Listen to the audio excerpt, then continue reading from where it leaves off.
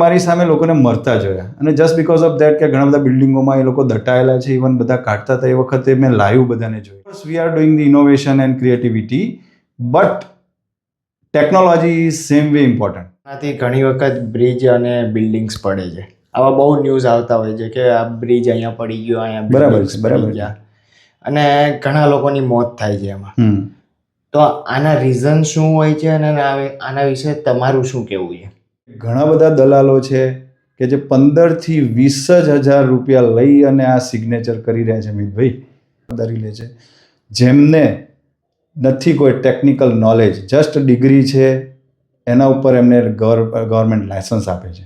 લગભગ ડૉક્ટર જ્યારે એક ભૂલ કરે ને ત્યારે એક માણસનું મોત થાય.